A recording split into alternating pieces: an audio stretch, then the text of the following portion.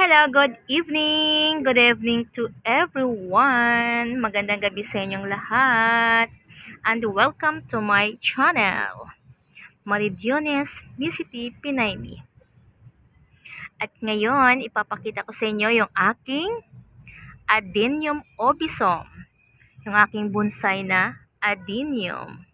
Akalain mo, pag hindi ka familiar sa halamang ito, isipin mo na kalachuchi.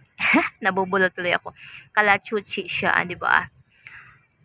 Ang kalachuchi, ano yun siya? Nagiging puno. Parang shrubs din, pero mga maliliit na kahoy. Pero yung kanilang may pagka-similarity sila. May pagka-pareho nitong adenium. Ang pagkakaiba lang nila, ito siya ay maliit. Isipin mo na para siyang succulents or mga bonsai. Hindi siya lumalaki tulad ng kalachuchi or plumeria na tumataas na nagiging puno. Ito ay bonsai lang siya.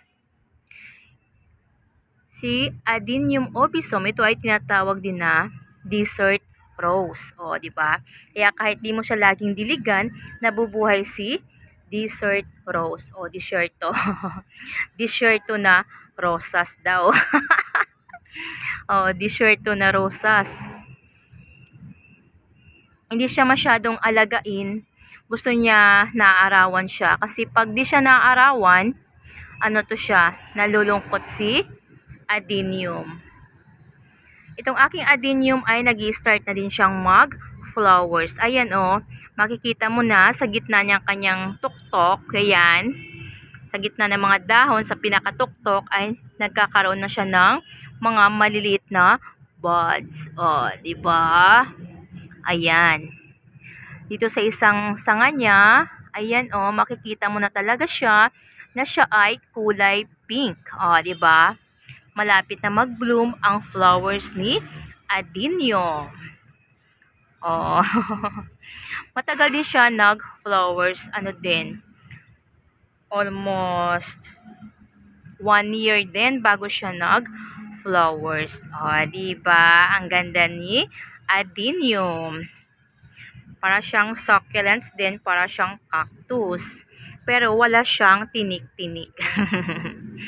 Ayan siya, pag nagkakaedad na siya, nalagas yung kanyang mga dahon at yung matitira ay yung nasa tuktok na lang at magbibear na siya ng flowers.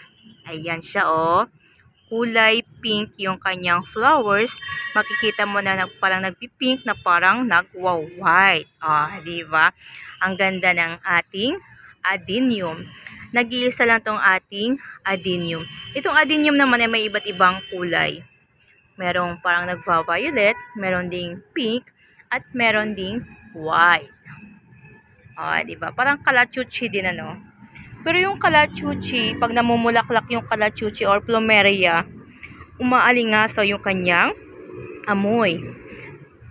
Try nating amoyin. Wala siyang amoy.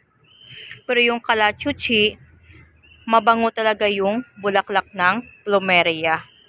Ito si Adenium or desert rose, parang wala siyang amoy yung kanyang bulaklak. Sa bagay, ngayon ko lang siya nakita personally. Titingnan natin pag namukadkad siya kung meron na siyang amoy or may bango si Adenium.